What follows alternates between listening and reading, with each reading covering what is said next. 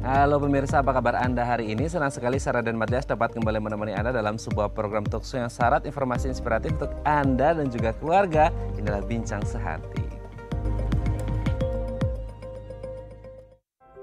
Ya pemirsa, setiap dari kita pasti akan menua. Nah, pilihannya ada dua nih ya. Biasanya kalau kita sudah menua, jadi oma, jadi opa, kita akan tinggal bersama keluarga kita tercinta, sama anak, sama cucu. Atau ada juga mungkin oma opa yang harus tinggal gitu ya di panti jompo bersama sahabat-sahabatnya untuk menghabiskan masa tuanya seperti itu. Nah, gimana sih sebenarnya perasaan atau kondisi psikologis dari oma opa yang harus menghabiskan masa tuanya di panti jompo? Nah, adalah topik yang akan kita bahas hari ini, yaitu Hari Tua bersama Sahabat di Panti. Nah, kalau kita ngomongin lansia ya pemirsa ya, selalu identik dengan suka sakit-sakitan, ringkih dan lain sebagainya. Padahal sebenarnya kan bisa dipupuk dari dini bagaimana kemudian oma opa para lansia ini tetap sehat di usia senja. Nah, selanjutnya kita akan membahas nih gimana cara menjaga kebugaran lansia. Kita lihat yang pertama pemirsa. Tetap aktif bergerak. Nah, ini menjadi sangat penting ya pemirsa ya. Tidak hanya untuk lansia saja, tapi seluruh umur, range usia semuanya ya. Tapi terkhusus untuk yang lansia ini memang menjadi sangat penting untuk tetap aktif bergerak. Kan kita pasti kepikiran, tetap aktif bergerak gimana maksudnya? Olahraga atau aktivitas fisik atau gimana nih gitu. Kan kalau orang sudah tua ini nanti sendi-sendinya kena osteoporosis kayak atau apa gitu ya. Akhirnya susah, takutnya nanti malah jadi cedera seperti itu. Nah, betul seperti itu, tapi tetap harus diperhatikan juga. Pokoknya tetap harus bergerak, harus aktif berolahraga, aktivitas fisik supaya tetap sehat. Karena kalau malah akhirnya cuma rebahan aja, justru itu nggak bagus untuk kesehatan para oma opa. Tetap aktif bergerak, tapi tetap harus dilihat kadarnya dan kemampuannya seperti apa gitu ya. Bisa konsultasi ke dokter juga nih, ke konsultan geriatri juga untuk mengetahui batasan-batasannya gitu ya. Oke, kita lanjut poin yang kedua. Lakukan diet sehat. Nah, diet sehat. Kalau kita ngomongin diet, itu bukan sekadar sedikit atau banyak makanan yang dikonsumsi ya pemirsa ya. Apalagi untuk para oma opa yang notabene-nya biasanya nih ya, salah satu penyakit yang paling ditakuti oleh oma opa adalah diabetes atau gula darah seperti itu ya. Nah, ini kan berkaitan erat dengan apa-apa yang menjadi intake-nya ya, asupannya seperti itu. Nah, menjadi sangat penting tidak hanya ngomongin jumlahnya yang sedikit-sedikit aja atau yang banyak-banyak aja, tapi asupan atau kandungan yang ada di dalam makanannya harus yang sangat-sangat sehat seperti itu ya. Jadi harus diperhatikan diet sehat ya. Oke, kita lanjut pada selanjutnya pemirsa. Nomor 3. Istirahat cukup dan berkualitas. Ini juga menjadi sangat penting. Kan ada orang ngomong gini, aduh kalau biasa kan kita ya pemirsa tidur itu sekitar 7, 8, sampai 9 jam seperti itu. Kalau untuk orang lansia katanya, ini katanya ya nanti akan kita cross check juga. Katanya kalau untuk lansia ini waktu tidurnya jauh lebih sedikit gitu ya. Kadang-kadang mereka berpikir, aduh aku nggak bisa tidur nih. Akhirnya tidurnya sehari paling cuma 3, 4, 5 jam paling banyak seperti itu. Padahal ini jadi nggak berkualitas ya. Nanti akan kita tanyakan apakah waktu tidur lansia ini memang sedikit atau sebenarnya harus sama gitu ya dengan kita pada umumnya 7, 8, sampai 9 jam gitu ya. Oke, kita lanjut pada yang selanjutnya. Jaga kesehatan kognitif. Nah, ini juga menjadi sangat penting ya pemirsa ya. Bagaimana kemudian otaknya, kinerjanya ini tetap diasah dan tetap aktif gitu ya. Karena kan kita tahu ya salah satu hal yang ditakuti ketika orang memasuki usia lanjut adalah Alzheimer gitu ya. Nah, ini juga menjadi satu hal yang penting untuk menjaga supaya tetap otaknya bekerja secara aktif. Oke, kita lihat poin yang terakhir pemirsa. Rutin cek kondisi kesehatan ya, namanya karena proses degeneratif ya, memang penting bagi kita untuk terus cek rutin kondisi kesehatannya seperti apa, gula darahnya, tensinya dan lain sebagainya harus tetap diukur supaya tahu nih ada keluhan apa biar bisa segera ditangani. Oke, itu tadi beberapa hal yang bisa kita lakukan untuk menjaga kebugaran lansia dan kami akan membahasnya sesaat lagi. Tetap bersama kami di Bincang Sehati.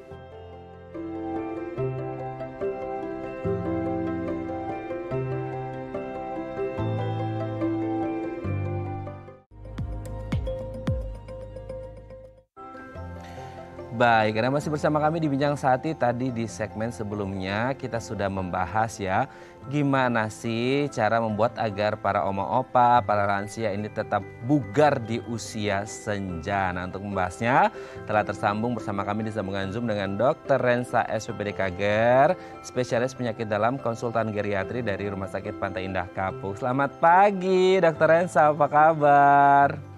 Selamat pagi, kabar baik.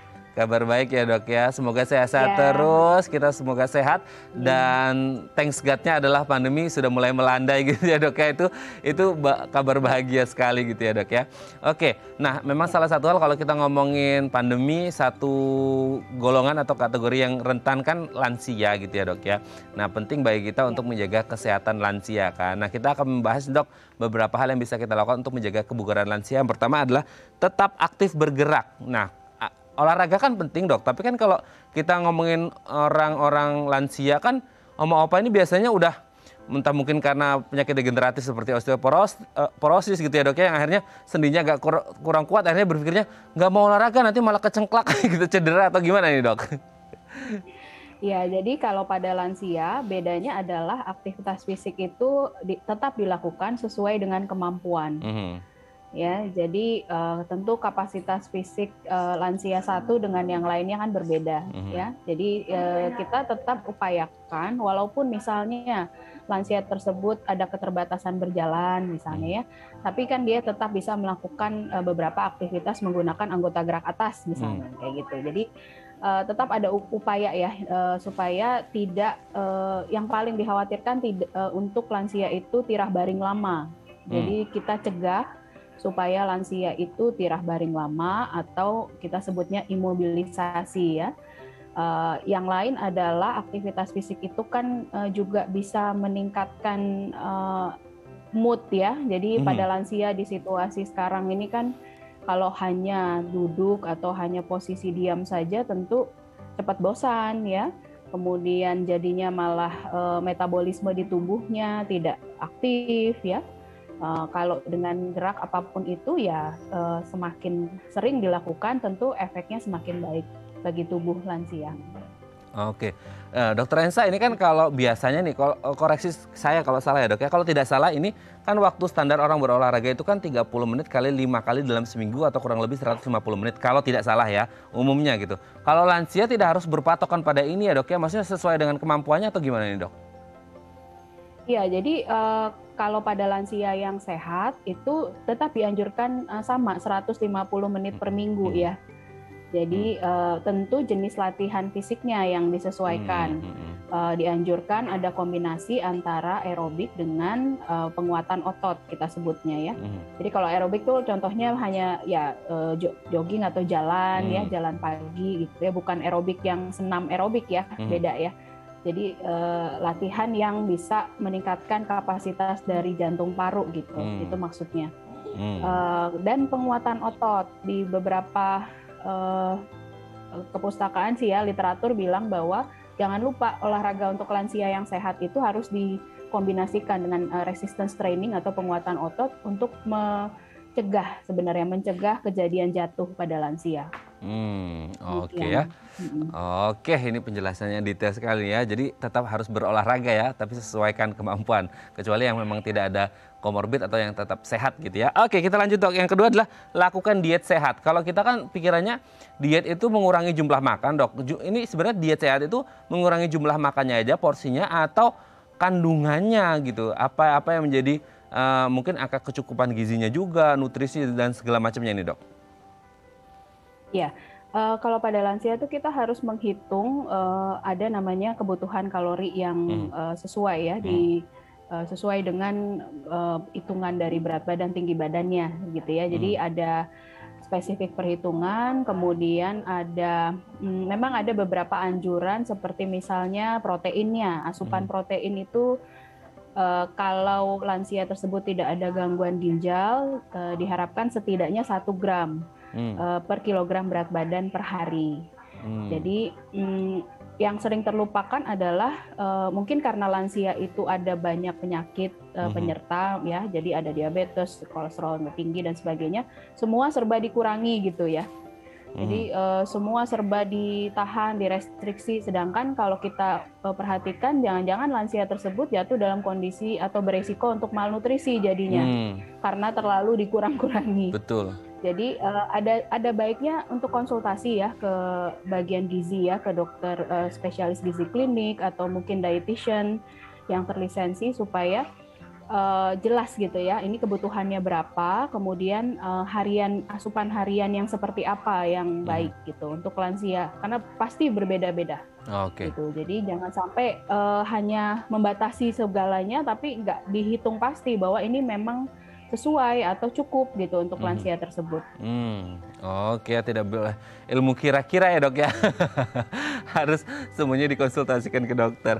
Oke dok, selanjutnya adalah istirahat cukup dan berkualitas. Nah dok, ini juga aku sebenarnya mau tanya, maksudnya di luar sana kan banyak ya ketika orang beranjak dewasa itu katanya waktu tidurnya berkurang, apalagi untuk lansia yang katanya cuma 4-5 jam aja kok, itu standar, itu normal. Nah sebenarnya lansia yang dikatakan istirahat yang cukup dan berkualitas seperti tidur ini berapa idealnya, atau tetap sama kayak kita 7, 8 atau 9 jam itu dok? Ya, sebenarnya sih kalau dilihat kuantitasnya atau jumlah jamnya sama. Ya. Jadi 6 sampai 7 jam lah gitu ya. Jam. Jadi mungkin ya kalau bisa 7 jam lebih baik ya. Namun ini ya ada beberapa kebiasaan yang mungkin kita perlu perhatikan ya. Jadi kebiasaan sebelum tidur gitu yang mungkin bisa mempengaruhi kualitas tidur lansia. Jadi tidur itu kan sangat penting ya untuk kekebalan tubuh ya, memicu beberapa hormon di tubuh kita pada saat malam hari terutama itu untuk bisa aktif ya, hormon pertumbuhan, hormon yang lain-lain yang penting untuk merestorasi namanya, untuk memperbaiki sel-sel yang rusak di tubuh kita. Nah, kalau sampai lansia tersebut kekurangan dari segi kualitas dan kuantitas tidur ya pasti imunitasnya juga akan menurun ya. Nah, ini yang penting sekali untuk diperhatikan. Kadang-kadang ada faktor tertentu yang mungkin bisa dimodifikasi terkait dengan tidurnya lansia ya, jadi kebiasaan tidur lansia. Ya, contohnya misalnya kalau tidur dengan televisi terus nyala gitu ya, nah itu kan susah karena kan ada sinar radiasi tertentu yang pasti akan mempengaruhi kualitas tidur dan lain-lain ya. Jadi ada beberapa yang kita sebut dengan sleep hygiene namanya. Jadi persiapan dan kesiapan dari orang tersebut untuk tidur gitu ya. Oke, karena kebanyakan sekarang bukan lagi manusia nonton TV, tapi TV nonton manusia ya dok. Itu bisa mengganggu kualitas tidurnya ternyata ya dok ya. Oke dok, selanjutnya adalah menjaga kesehatan kognitif. Seberapa penting akhirnya kemudian lansia harus menjaga kesehatan kognitifnya ini dok? Iya, tentu penting sekali karena seiring dengan bertambahnya usia, kita tidak bisa memungkiri ada penurunan dari fungsi kognitif. Yang paling sering dirasakan perubahannya adalah daya ingat, ya, kemampuan daya ingat. Jadi ada namanya age associated memory impairment namanya ya. Jadi atau cognitive impairment lah ya. Jadi yang terkait dengan usia. Nah, kalau kita sering memberikan stimulus kognitif kepada lansia dengan berbagai upaya ya, mungkin kalau lansia itu senang untuk membaca atau senang untuk mengikuti mungkin informasi di media massa atau layar televisi gitu ya, itu kan sedikit banyak bisa menstimulus kerja otak kita. Jangan lupa bahwa olahraga atau aktivitas fisik juga berpengaruh untuk kemampuan kognitif seseorang, ya, apalagi lansia. Dan juga interaksi sosial. Ya, jadi kita tidak hanya melulu meminta lansia, ayo baca buku yang banyak atau ayo mungkin ada permainan tertentu untuk fungsi otak, tapi interaksi sosialnya tidak baik dengan keluarga atau orang-orang terdekat, itu pun juga akan berpengaruh. Tetap saja dia akan mempengaruhi ke fungsi kognitifnya gitu ya. Oke, berarti tetap harus diasah gitu ya dok ya, kemampuan kognitifnya supaya tetap aktif berpikir gitu ya. Oke dok, yang terakhir adalah rutin cek kondisi kesehatan. Sebenarnya ada nggak sih dok, maksudnya kayak waktu ideal berapa kali dalam sebulan atau berapa kali dalam berapa bulan para oma opa ini harus cek kesehatan, atau sesuai dengan apakah punya komorbid atau enggak, atau gimana ini dok? Ya, Tentu ini perlu ada konsultasi juga ke tenaga medis atau dokter. Karena ada beberapa penyakit tertentu yang mungkin jarak atau interval waktu pemeriksaan berkalanya itu lebih pendek ya. Jadi misalnya ada penyakit tertentu lah, diabetes atau kolesterol tinggi atau ada yang lainnya, itu biasanya bisa sampai 1-3 bulan untuk dirutinkan pemeriksaan lab atau yang lain. Jadi kalau untuk lansia yang tidak ada komorbid, mungkin bisa dianjurkan pemeriksaan berkala itu sekitar 6 bulan ya, 6 bulan sekali. Atau ya kalau sudah jelas 6 bulan sekali dalam 1-2 tahun berturut-turut hasilnya normal, baik, mungkin bisa dibuat 1 tahun sekali gitu. Jadi ada beberapa pertimbangan terkait dengan perubahan atau kondisi lansia yang mengalami sakit atau yang jelas dia sehat gitu ya. Oke, berarti harus lihat-lihat situasi dan kondisi atau riwayat kesehatan juga gitu ya dok ya. Mana yang bisa 1-3 bulan, mana yang 6 bulan, atau ketika mungkin udah 2 tahun, 6 bulan berturut-turut aman, bisa lah setahun sekali gitu ya dok ya. Pokoknya intinya tetap konsultasi dan komunikasi sama dokternya masing-masing gitu ya dok ya. Baik, terima kasih Dr. Rensa SPPD Kager, dokter spesialis penyakit dalam, konsultan geriatri dari Rumah Sakit PT Indah Kapuk, sudah berbagi bersama kami pagi hari ini. Semoga ini menjadi hal baik bagi para oma opa di rumah untuk tetap sehat dan bugar. Terima kasih Dr. Rensa, salam untuk keluarga di rumah dan teman-teman di Rumah Sakit PT Indah Kapuk. Selamat pagi Dr. Rensa.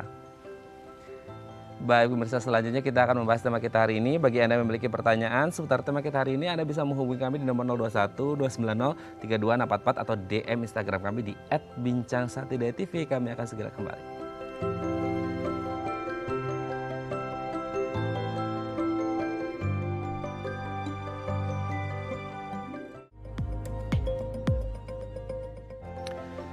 Baik, Anda masih bersama kami di Bincang Sehati dan kita masih membahas tema kita hari ini adalah Hari Tua Bersama Sahabat di Panti.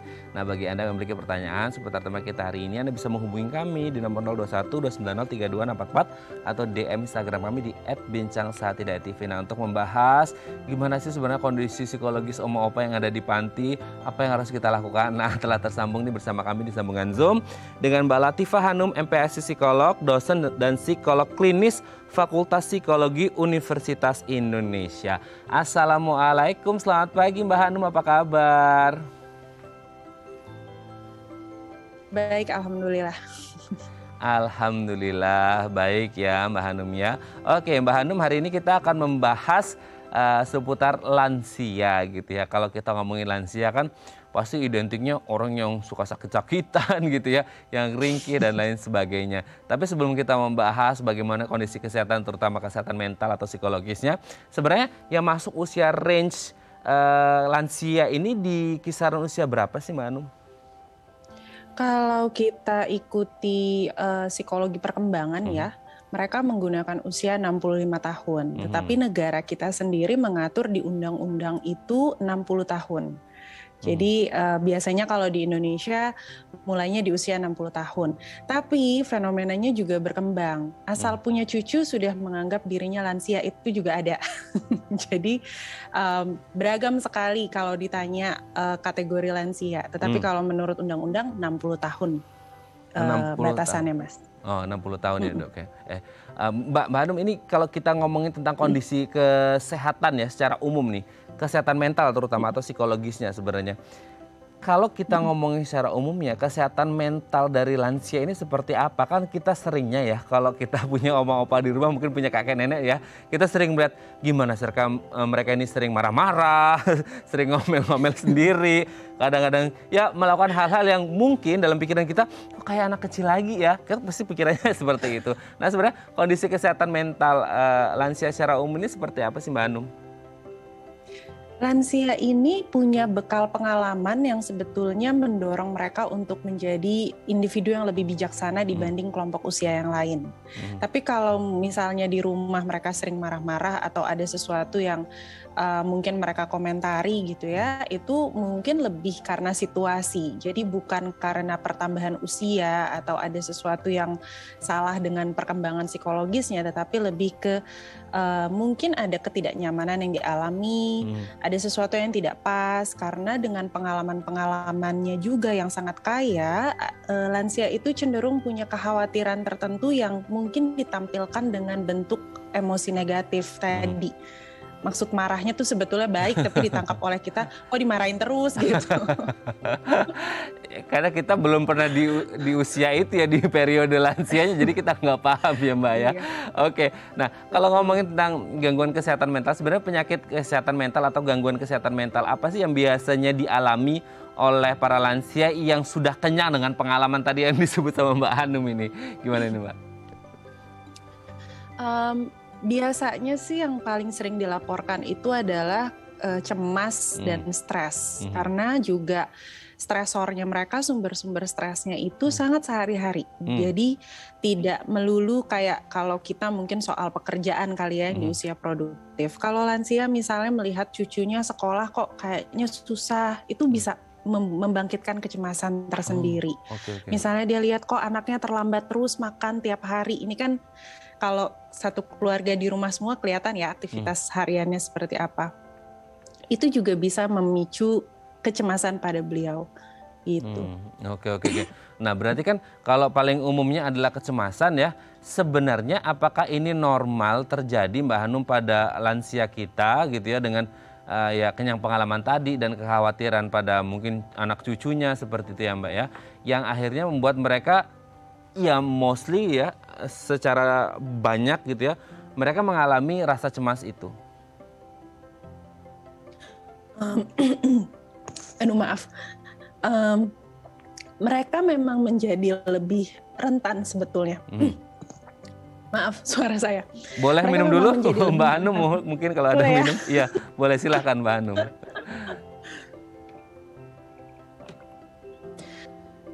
Memang iya, mereka menjadi lebih rentan untuk mengalami kecemasan karena sifatnya itu, sifat sumber cemasnya itu sangat sehari-hari. Tetapi di sisi lain karena punya pengalaman yang segudang, mereka bisa mengatasi kecemasan itu jauh lebih baik daripada kelompok usia yang muda gitu. Jadi pengalaman itu sebetulnya menjadi sumber kebijaksanaan bagi mereka untuk menghadapi situasi-situasi menantang yang ada sekarang ini.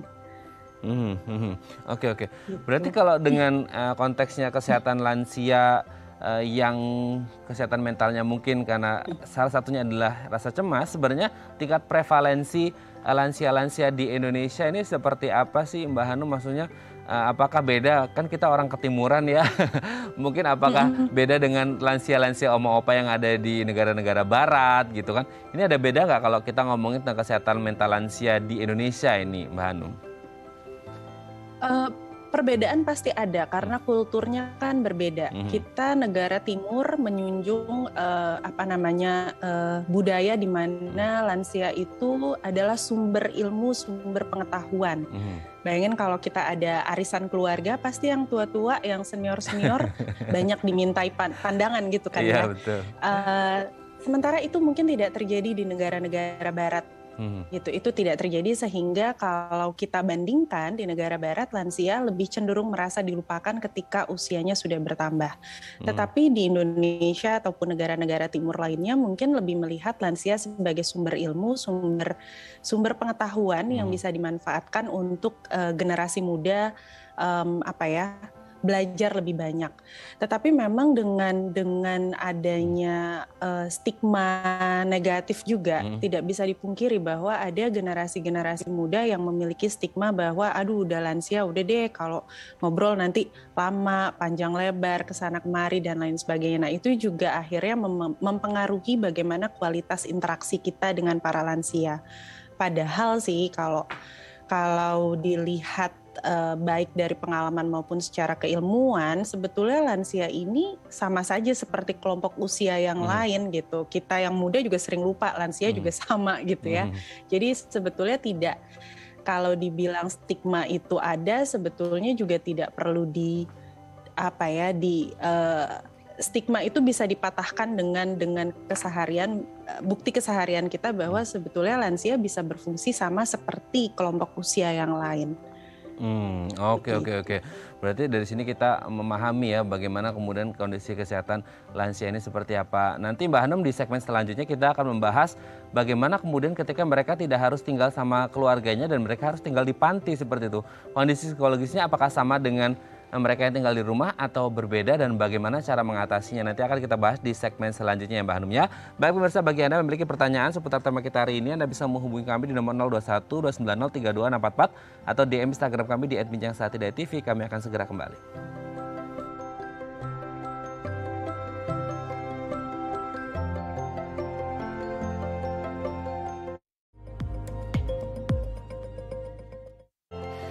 Baik, Anda masih bersama kami di Bincang Saati dan kita masih membahas tema kita hari ini melewati hari tua di panti bersama para sahabat seperti itu ya. Nah, kita masih bersama dengan Mbak Latifah Hanum, MPASI Psikolog, dosen dan psikolog klinis dari Fakultas Psikologi Universitas Indonesia.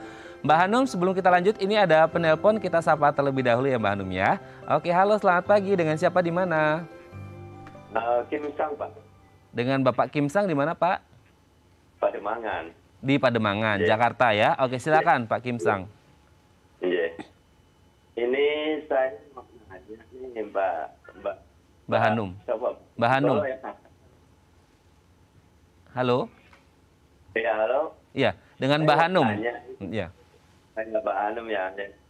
Mau nanya itu mertua suka mengungkit masalah anak-anaknya itu gimana ya, Pak? Mertua suka mengungkit-ungkit masa lalu anaknya. Yang diungkit yang buruk-buruk atau yang baik-baik nih, Pak? Justru yang buruk, Pak. Justru yang buruk ya. Oke. Jadi anaknya kadang-kadang agak segan mau ke ngunjungi mertua tuh gimana gitu. Oke. Mbak Hanum ada yang ditanyakan atau sudah jelas, Mbak Hanum? Sebelum dijawab? Udah cukup jelas. Sudah cukup ya. Oke, baik Pak Kim Sang, terima kasih sudah menghubungi kami. Nanti akan dijawab oleh Mbak Hanum. Selamat pagi, salam untuk keluarga di rumah ya Pak Kim Sang ya. Terima kasih, sehat selalu. Oke, Mbak Hanum, ini orang tuanya sering mengungkit-ungkit masa lalu. Jadi kalau mau berkunjung mereka agak gimana gitu, berat hati mungkin ya. Karena nanti sampai sana diungkit-ungkit yang jelek-jeleknya. Padahal niatnya mau silaturahmi seperti itu. Gimana nih Mbak Hanum? Ini kayaknya masalah banyak orang deh Mbak. Iya, jadi memang lansia itu punya kecenderungan untuk lebih mengingat hal-hal yang signifikan di dalam masa lalunya gitu, dan itu lebih gampang untuk diungkapkan. Nah, mungkin apa-apa yang diungkit oleh mertuanya Bapak Kim Sang itu adalah sesuatu yang tidak terpuaskan oleh mertua pada saat itu ya. Jadi itu terus diungkit. Nah, tapi baiknya jangan dihindari, tetapi coba diajak berkomunikasi biar apa yang tidak puas itu yang dirasakan oleh mertua bisa diselesaikan gitu. Jadi kedua belah pihak itu bisa berkomunikasi dengan baik dan menyampaikan apa sih yang difikirkan, apa sih yang dirasakan, apa yang bisa diselesaikan saat ini gitu. Karena kan itu pasti juga sudah lewat ya, pengalamannya sudah berlalu gitu. Jadi tetap dicoba untuk didiskusikan bersama. Didiskusikan bersama, karena mungkin kalau lansia nyeritain ini itu tuh bukan bukan kemauan mereka, refleks aja gitu kali ya Mbak ya, maksudnya ya yang seingatnya mereka gitu ya. Gitu ya. Sehingga karena mungkin sangat signifikan. Sangat signifikan terjadi dalam kehidupan mereka seperti itu ya. Semoga ini bisa menjawab pertanyaan dari Pak Kim Sang yang ada di Pademangan, dan semoga tetap harmonis selalu bersama kedua orang tuanya ya, orang tua maupun mertuanya seperti itu ya. Terima kasih loh Pak Kim Sang sudah menghubungi kami. Salam sehat selalu. Oke Mbak Hanum, kita lanjut lagi. Kalau ngomongin tentang, tadi kan sudah dijelaskan ya lansia itu seperti apa, kondisi psikologisnya dan lain sebagainya. Nah, sekarang kita lebih mengerucut kepada para lansia oma opa yang tinggal di panti nih. Sebenarnya ada beda nggak sih kondisi psikologis dari para oma opa yang tinggal di rumah bersama keluarga anak cucu dengan mereka-mereka yang tinggal di panti nih, Mbak Hanum? Nah, dugaan kita kemungkinan besar yang tinggal di rumah akan jauh lebih bahagia dibandingkan mereka yang tinggal di panti. Tetapi ternyata menurut studi terkini itu tidak lagi terjadi. Jadi yang memegang peranan penting adalah bagaimana kualitas hubungan yang dimiliki lansia, mau dia tinggal di rumah ataupun tinggal di panti, dengan orang-orang di sekitarnya. Kalaupun dia tinggal di rumah tapi anggota keluarga yang lain sibuk sendiri, beliau jarang punya teman ngobrol, jarang untuk berinteraksi, maka kebahagiaan itu juga tidak akan tercapai. Tapi kalau beliau tinggal di institusi, punya teman dekat, perawatnya juga baik-baik gitu ya, kualitas hidupnya terjaga, mungkin akan jauh lebih bahagia. Jadi sangat bergantung pada kualitas relasi dan kehidupan sosial yang dimiliki oleh lansia itu sendiri. Oke, berarti kondisi psikologis happy atau nggak happy para lansia ini juga bergantung pada dengan siapa mereka bersosialisasi, dengan siapa mereka bergaul, lingkungan seperti apa yang terbentuk di situ, itu menjadi faktor penting juga nggak sih Mbak Hanum? Betul, betul. Jadi kita tidak bisa hanya melihat apakah dia secara fisik sehat atau tidak, tetapi juga bagaimana relasi yang terbentuk di antara para lansia dengan siapapun yang tinggal bersama. Gitu. Tinggal sama anaknya tapi nggak pernah ngobrol, ya sama aja, nggak akan pernah ada kualitas hidupnya tidak akan menjadi lebih baik gitu. Tapi lansia tinggal di rumah sendiri misalnya, tetapi anak sering menelpon kalau weekend datang atau seminggu sekali itu ada aktivitas bersama yang dilakukan. Nah itu mungkin jauh lebih baik. Begitu juga kalau lansia tinggal di institusi, kemudian keluarga secara bergiliran gitu ya, anak-anaknya mungkin bergiliran mengunjungi. Biasanya kalau di panti itu ada aktivitas juga yang diorganize oleh panti untuk dilakukan bersama dengan keluarga. Keluarga bisa datang, beraktivitas bersama dengan lansia, itu jauh lebih baik daripada kalau tinggal di rumah sama-sama tapi sibuk sendiri-sendiri. Di rumah tapi seperti orang asing ya, karena tidak dipedulikan gitu kan. Lebih baik di panti bersama teman-teman oma opa yang lain, saling berdiskusi, saling ya bertukar pikiran atau menghabiskan waktu bersama seperti itu. Tapi pertanyaannya gini Mbak Hanum, apakah posisi orang-orang atau keluarga yang ada di rumah ini bisa digantikan dengan orang-orang yang ada di panti? Kan banyak mungkin sekarang kan tadi Mbak Hanum juga sempat mention ya bahwasanya tidak lagi orang-orang yang di rumah, lansia di rumah ini lebih happy daripada yang di panti karena mereka justru mendapatkan lingkungan yang lebih baik. Nah pertanyaannya, apakah bisa menggantikan posisi keluarga di rumah atau tetap bisa?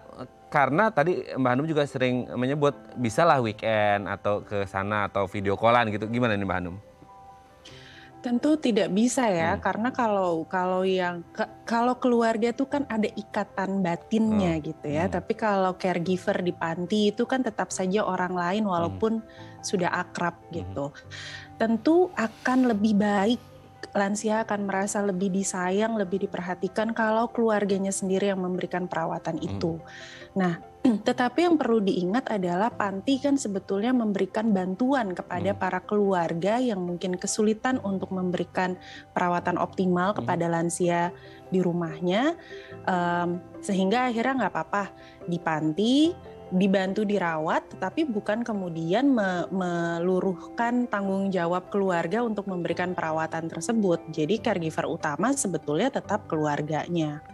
Itu sih yang perlu diperhatikan. Jadi tidak tergantikan sebetulnya peran keluarga bagi para lansia kita. Oke, bagaimanapun tidak akan pernah tergantikan ya. Wah ini kayak lagu ya, tak akan pernah terganti gitu. Oke, Mbak Hanum sebelum kita lanjut, ini ada DM Instagram dari pemirsa Bincang Sehati ya. Aku bacakan ya Mbak Hanum ya. Ini dari Ibu Dini nih. Dok ini ya. Mbak, saya ada oma yang nggak mau pakai caretaker karena trauma. Kami berniat masukkan panti jompo karena kami kerja. Tapi oma jadi suka murung, jadi belum, ini maksudnya ada niatan mau masukin ke panti jompo. Tapi karena suka murung omanya jadi belum kami bawa ke sana seperti itu. Saya ngalahin minta WFH dari kantor buat nyambi jagain oma. Tapi nggak bisa begini terus, solusinya gimana ya? Gimana nih Mbak Hanum? Kalau orang tua masih bisa diajak berdiskusi, mungkin pengambilan keputusan di panti werda itu perlu didiskusikan. Jadi bukan diambil alih, udah deh kita putuskan masuk ke panti jompo aja, panti werda saja. Tetapi didiskusikan supaya lansia juga mengerti apa sih tantangan yang dialami oleh anak. Apa yang terjadi sehingga anak kemudian punya ide untuk ke panti werda ini gitu. Nah, pengambilan keputusan itu sebaiknya dilakukan bersama-sama supaya win-win solutionnya ada. Kalaupun misalnya misalnya nih pada akhirnya kayaknya nggak siap deh. Nah mungkin bisa diperkenalkan dulu sama kayak kalau pilih sekolah untuk anak. Sekarang saya tahu ada beberapa orang tua yang akhirnya mengajak anaknya ke sekolah, melihat sekolahnya seperti apa dan anak punya say gitu. Dia bisa memutuskan mau sekolah yang ini atau yang lain. Begitu juga sebetulnya dengan lansia gitu. Kita bisa mengajak coba lihat dulu yuk. Karena gini, di masyarakat kita itu kan ada stigma tentang panti jompo, panti werda. Seolah-olah kalau lansia sudah masuk ke panti werda maka keluarga lepas tangan. Itu juga bisa menjadi sumber kesedihan untuk lansia. Ketakutan bahwa setelah ini kok saya kayak dibuang, kok saya kayak disisihkan, itu yang harus kita jaga supaya tidak terjadi. Nah, dengan kita mengajak mereka mengambil keputusan bersama, memperkenalkan panti werdanya, juga memperkenalkan aktivitas yang ada, lalu merencanakan nanti seperti apa sih jalannya dan menepati janji atau rencana yang sudah ada, itu menjadi bukti kepada lansia bahwa saya tidak ditinggalkan meskipun saya ada di panti werda. Justru saya mendapatkan fasilitas yang lebih baik untuk kesehatan saya. Sebetulnya kan gitu, panti werda tuh ada untuk membantu. Jadi jangan sampai seolah-olah kita udah saya taruh di panti werda udah ya selesai gitu. Nah, itu yang tidak boleh sebetulnya. Kita berjalan beriring ada ya keluarga sama panti werdanya ya Mbak Hanum ya. Oke Mbak Hanum, sebelum kita lanjut ini ada penelpon lagi, sepertinya banyak hari ini yang laris ini ya bertanya tentang seputar lansia. Halo, selamat pagi, dengan siapa di mana?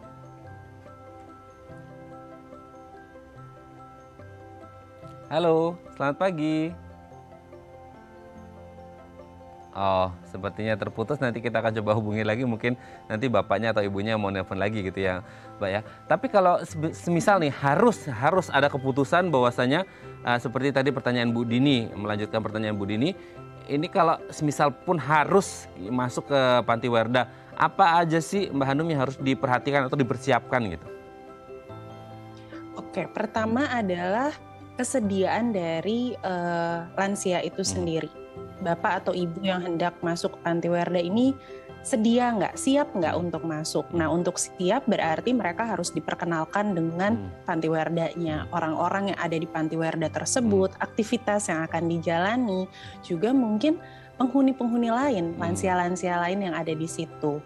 Nah, ada beberapa panti werda yang memperbolehkan untuk coba datang dulu deh, ikut aktivitasnya dulu. Jadi nggak usah nginep, nggak usah tinggal dulu, tapi ikut aktivitasnya, lihat seberapa enjoy beliau mengikuti aktivitas tersebut. Itu sangat amat boleh untuk dilakukan. Lalu kesiapan keluarga.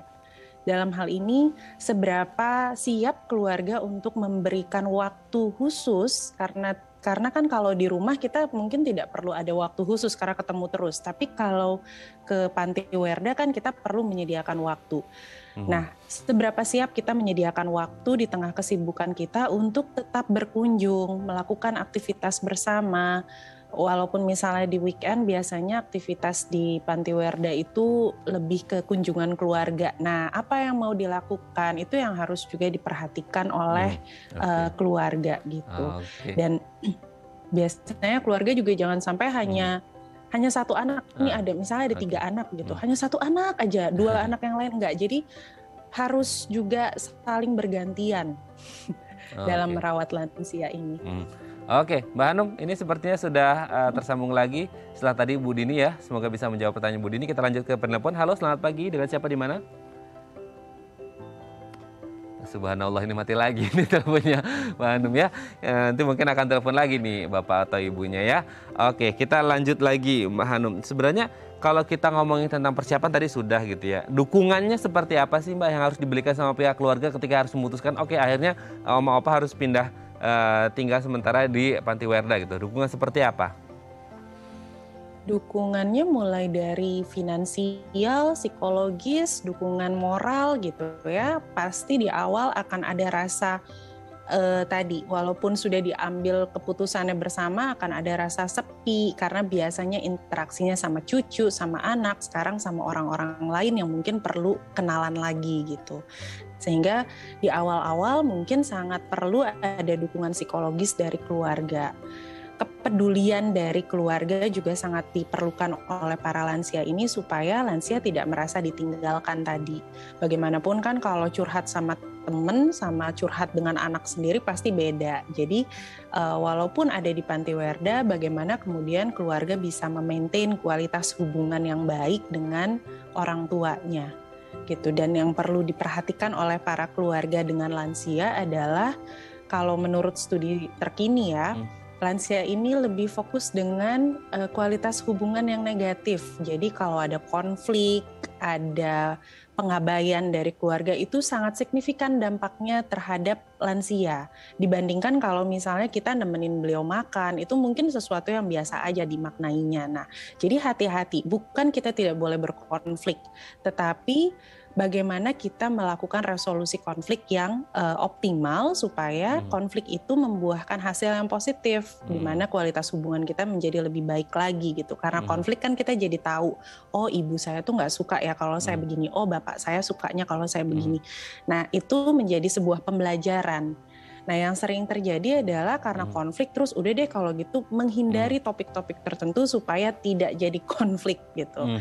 Seperti tadi penelpon Pak Kim Sang tadi menghindari topik-topik tertentu tadi. Nah kalau bisa jangan dihindari tetapi dihadapi lalu dicari solusinya. Selama lansianya sehat dan bisa diajak berbicara maka jauh lebih baik permasalahan yang muncul itu dibicarakan bersama. Oke, dibicarakan bersama, jangan dihindari ya, gitu ya Mbak Hanum ya. Oke Mbak Hanum, nanti di segmen terakhir kita akan membahas tips gitu ya, bagaimana menjaga kesehatan mental lansia. Kalau tadi kan kita ngomongin bagaimana kondisi kesehatan mentalnya atau psikologisnya untuk yang di rumah maupun yang ada di Panti Werda. Nah, nanti di segmen terakhir kita akan membahas baik yang di rumah maupun di Panti Werda gimana jaga kesehatan mentalnya, apalagi di masa pandemi ketika mungkin susah ketemu sama keluarga juga gitu ya, dibatasi semuanya. Nanti akan kita bahas di segmen selanjutnya. Baik pemirsa, bagi Anda yang memiliki pertanyaan seputar tema kita hari ini, Anda bisa menghubungi kami di nomor 021 290 3244 atau DM Instagram kami di @binjangsati.tv. Kami akan segera kembali.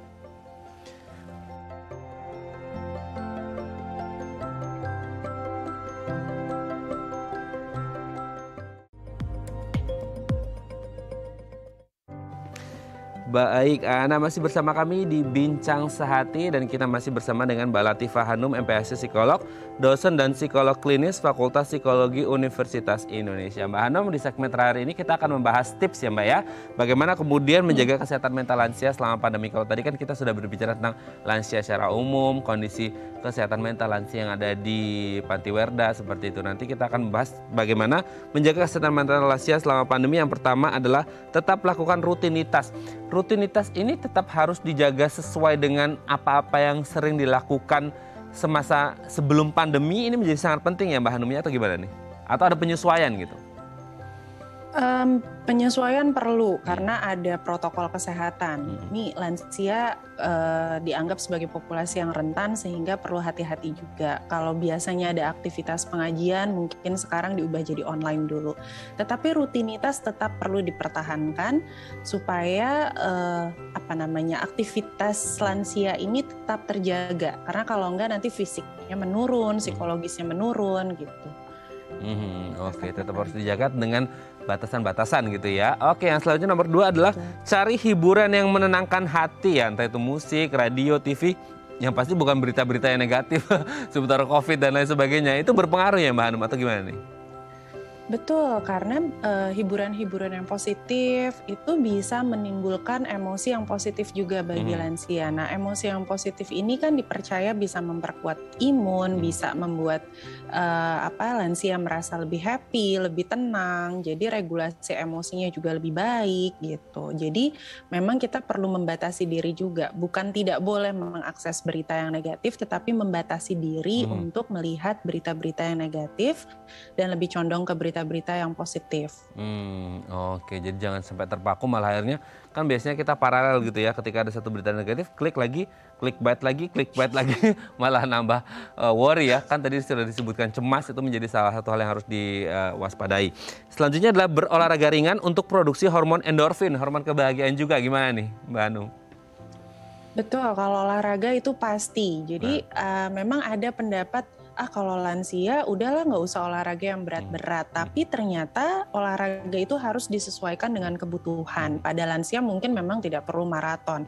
Tapi kalau lansianya diam saja juga akhirnya aktivitas fisiknya kan menurun dan tubuhnya menjadi lebih ringkih.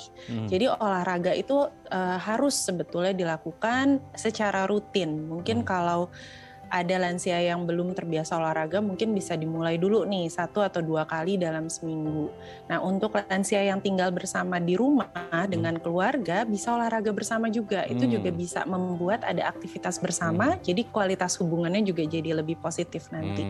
Ada bonding gitu ya, selain sehat fisik juga sehat mentalnya juga. Oke, selanjutnya adalah komunikasi secara berkala dengan keluarga atau teman atau kerabat. Mungkin masa pandemi nggak bisa one on one, face to face, video call itu juga tetap bisa membantu nggak sih Mbak Hanum? Iya, bisa sekali video call. Bahkan sekarang saya tahu beberapa komunitas lansia yang mengubah interaksinya itu lewat Zoom seperti ini gitu. Jadi walaupun di awal-awal rasanya aneh ya, karena tidak langsung ketemu gitu ya. Biasanya ketemu ngobrol, sekarang ketemunya kok lewat layar, terus semua pembicaraan kedengeran gitu. Kalau dulu kan mungkin guyup-guyup. Nah, tetapi itu tetap perlu dilakukan pembiasaan-pembiasaan seperti itu. Ada beberapa lansia yang merasa reluctant, merasa agak terbebani dengan perubahan ini. Tetapi kita sebagai generasi muda yang berada di sekitar lansia sangat amat boleh, dan saya ingin sekali mengajak generasi muda untuk yuk ajarin yuk lansia untuk menggunakan video call, menggunakan teknologi agar mereka bisa menjaga hubungannya dengan orang-orang sebaya. Karena ada yang berpikir gini, kan udah tinggal di rumah sama anak-anak, udah cukup. Tetapi ternyata ada perbedaan bahasa, gaya komunikasi antara kita yang generasi muda dengan yang generasi senior ini. Gitu. Dan para lansia membutuhkan obrolan dengan orang-orang yang seusia dengan mereka, karena itu akan membuat mereka merasa lebih nyambung. Jadi tetap dibutuhkan gitu. Dibutuhkan ya. Obrolan itu. Obrolan itu selain juga mungkin bisa mencoba hal-hal baru seperti hobi atau bertanam gitu ya. Baik, terima kasih Mbak Latifah Hanum, MPASI psikolog, dosen dan psikolog klinis Fakultas Psikologi Universitas Indonesia sudah berbagi bersama kami pagi hari ini Bincang Sehati. Semoga oma opa kita selalu sehat gitu ya. Terima kasih Mbak Hanum, sehat selalu. Salam untuk keluarga di rumah dan teman-teman di UI. Selamat pagi, Assalamualaikum Mbak Hanum. Waalaikumsalam, selamat pagi. Baik, pemirsa, bagi Anda yang memiliki kritik dan saran, Anda bisa menghubungi kami di nomor 0889 8100 5000 atau Anda bisa follow media sosial kami di @bincang-sehati.tv dan tetap disiplin prokes 6M. Saya Raden Madlians pamit, sampai jumpa dan selamat beraktivitas.